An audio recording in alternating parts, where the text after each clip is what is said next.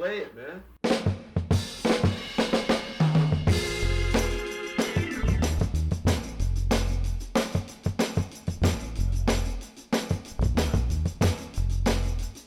Oh boy. Du-Rites style of funk is like when you eat a big plate of fried chicken and wipe your mouth with the grease and then write a love letter on the napkin. You gotta know what I mean by that. If you don't know what I mean by that, then this ain't the album for you. What I tried to do for this record was to come up with the purest form of funk. You know, it goes from how it started in the 60s to the 70s, orchestral TV series funk, and going all the way till the beginning of the 80s when it started to blend with disco. If you've never written a love letter on a chicken grease, you know, a stained napkin you could see through with the grease, like, yo baby, if you never been through that, then Du-Rites might be a foreign language.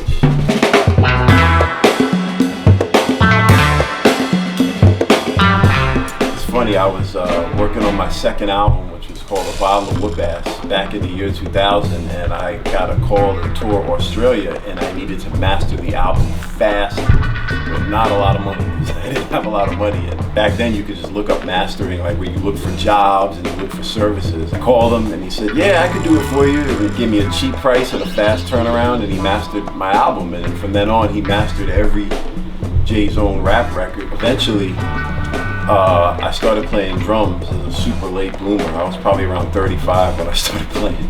I've known Jay for a very long time. Like 3 years ago, I see a post on Facebook that looking for somebody to play with. Being an old rock musician, it is always smart to go and check out a new drummer in town. You know, I heard some of his stuff, and I was like, wow, this is dope. And then, you know, of course, he played in the Tom Tom Club, and that's like, wow. He saw that I was learning and stuff, and he was probably the only person who reached out to me like, hey man, you know, playing in your basement is cool, but learn how to play with people. So he used to come over and we would jam.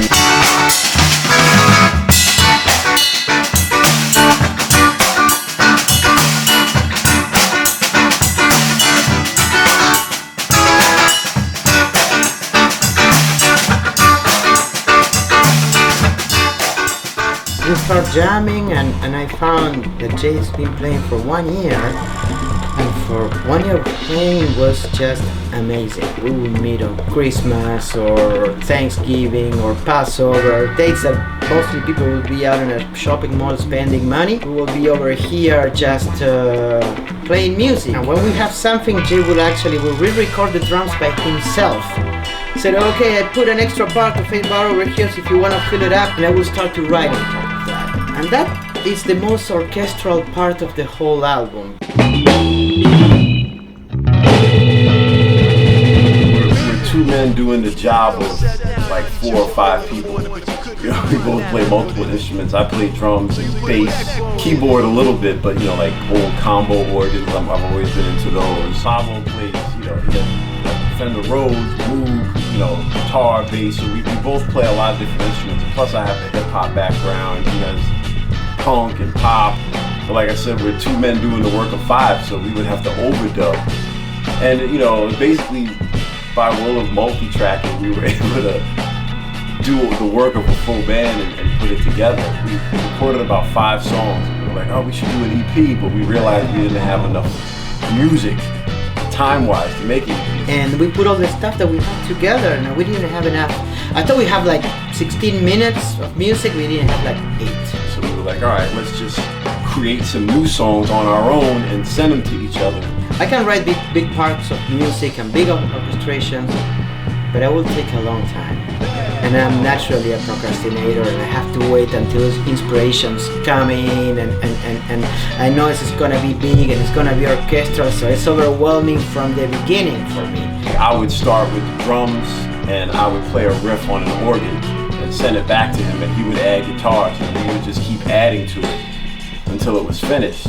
Jay started to send me tracks, and saying, yeah, okay, I want to work over the weekend, so if you can send me a couple of guitars and a keyboard and I work over the weekend. And I like, well, this is good, because I cannot let this guy not having his work for the weekend because he's gonna hate it. So I had to go and finish the whole thing on a Friday, so he has his stuff for the weekend. But by Friday night, he will send me the stuff back. So I'm like, so then what you gonna do over the weekend, man? I said, like, okay, man, no, don't worry, I have stuff to do. And that process really helped me as a musician, just because I had to go back to my theory stuff. You know, I was circle of fists like a mother, man. All right, so working on the Du-Rites album, we basically tried to find a lot of niche, off-kilter gear. I actually found this on Craigslist. This is a early 70s combo organ. I'm not much of a keyboard player, I just did basic organ moves on it. Sometimes you'll just see stuff online and be like, that looks funky. It looks like something we can use for this record.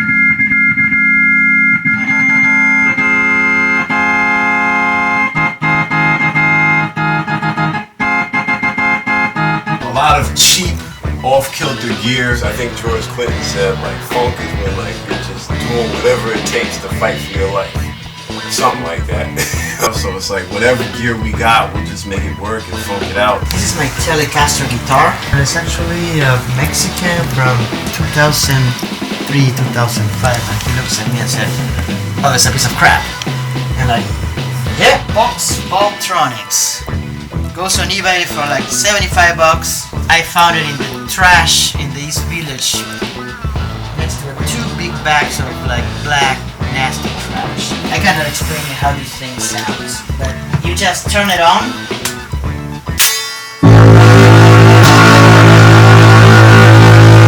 That's how we started to write music, based on this sound.